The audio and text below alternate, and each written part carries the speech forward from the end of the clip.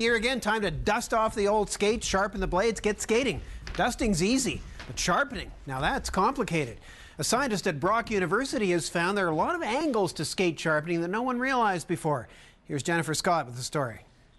This is the top line of the Oilers. Comrie with Hockey players don't concern themselves much with science. They have other things to worry about, like getting the puck in the net or not getting their noses broken. But science is a big part of the game. He was overcompensating with the body. At least for Dr. Kelly Lockwood, a professor of kinesiology and biomechanics.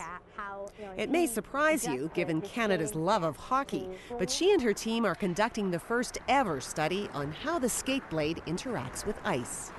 You can have the fittest athlete on the ice that has the greatest hockey sense, but you put them on a pair of blades that has no contact with the ice or doesn't have an ability to interact well with the ice, and the other really doesn't matter. For years, she says, hockey players, even in the NHL, have underestimated the importance of their blades. So, with the help of the university's varsity hockey team, she intends to sharpen the blade's image and find out how the blade's characteristics, its thickness and contour, can affect the player's performance. These 20 players have surrendered their skates in the name of science and in the hopes of gaining a competitive edge. It's a good thing that the varsity team volunteered for this study, because when their skate blades were analyzed, it turns out that 2/3 of the players had uneven blades. And that just wasn't affecting their performance, but maybe even their health, because their bodies had been compensating for these uneven skates.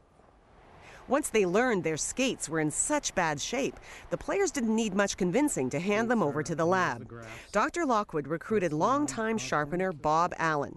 He's sharpened some of the most famous skates in hockey. Even Wayne Gretzky has benefited from his expertise.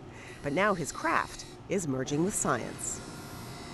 Dr. Lockwood is studying 4 key aspects of the blade. Its contour or curve.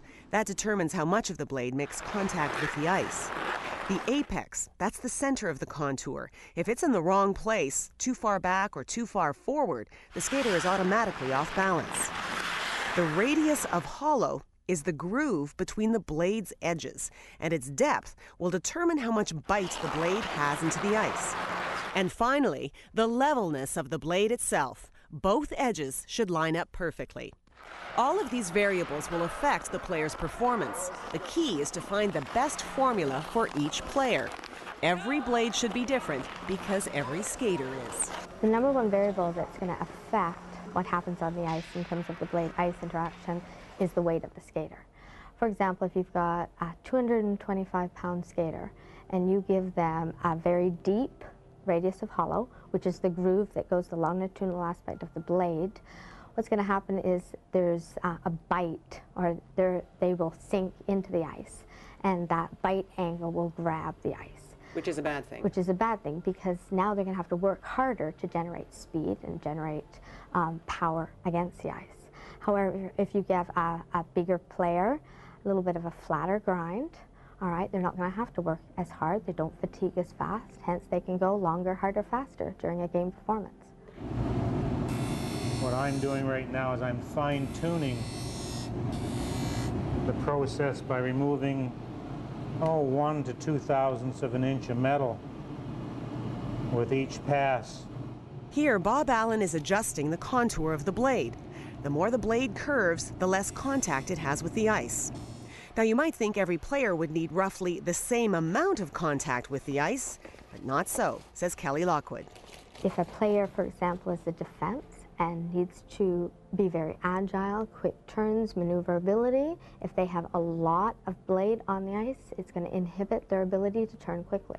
However, if you're forward, a longer contact with the ice is going to enhance their ability to gain speed. Once all 20 pairs of skates have been recontoured and sharpened, they have to be put to the real test. What will the players think? First of all, I'd just like to say thank you for participating and having the faith in us to allow us to tamper with your blades.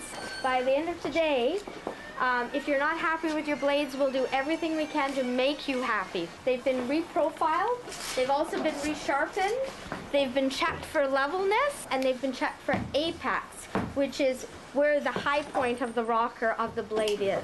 Take the time The players don't pay much attention to the scientific jargon. They want results. They've just lost a few games out of town, so they're hoping their newfangled blades will turn their luck around.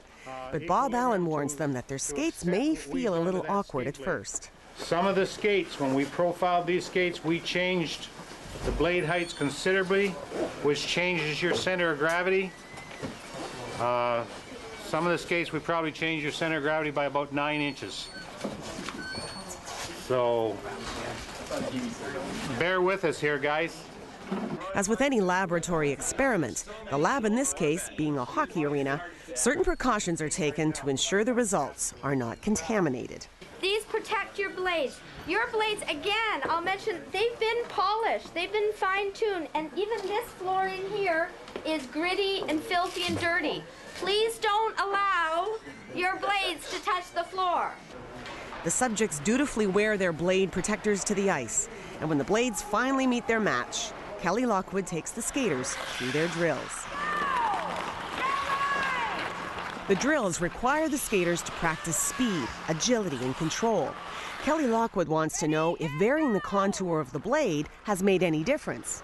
Soon the team captain is already voicing his approval. They're about 1,000 times better. It just feels like your blades are flatter on the ice than normal. Are flatter on the ice? Yeah, like you have more blade to push off of. The skaters are also put through an endurance test. These are measured laps around the ice to determine their aerobic capacity. They first did this test a few months ago on their old blades. Now on their newly sharpened ones, the hope is they won't have to work as hard to skate as far. The initial results look encouraging. One player added 4 lengths to his previous record. Well, I noticed a big difference. More blade to ice contact. I felt in September I was maybe pushing off more of the heel, but now I was getting more toe action, I guess, into it. Did you feel you had more speed? Yeah, definitely. More powerful stride, like a full stride. When the testing is finished, the players are asked to fill out a questionnaire. Did the new sharpening give them more speed, agility, or control? The response is overwhelmingly positive. In the past, I didn't think it had. I thought it had little impact on the way you skate out there. But now that I got my skates done, yeah, it does make impact out there. I mean, there's a lot of science involved in skating with the contour of the blade and certain radiuses and stuff. So yeah, I guess it makes sense to take a scientific approach to it. My research is a performance model. So when you see performance being enhanced or what you do in the lab take an effect in real life, it's a feeling of exhilaration that you're making a difference to the athletes. Her project will continue throughout the hockey season. And she says once the results are in, the research will apply to all blades, on hockey, figure, and speed skates, because all rely on the right connection between blade and ice.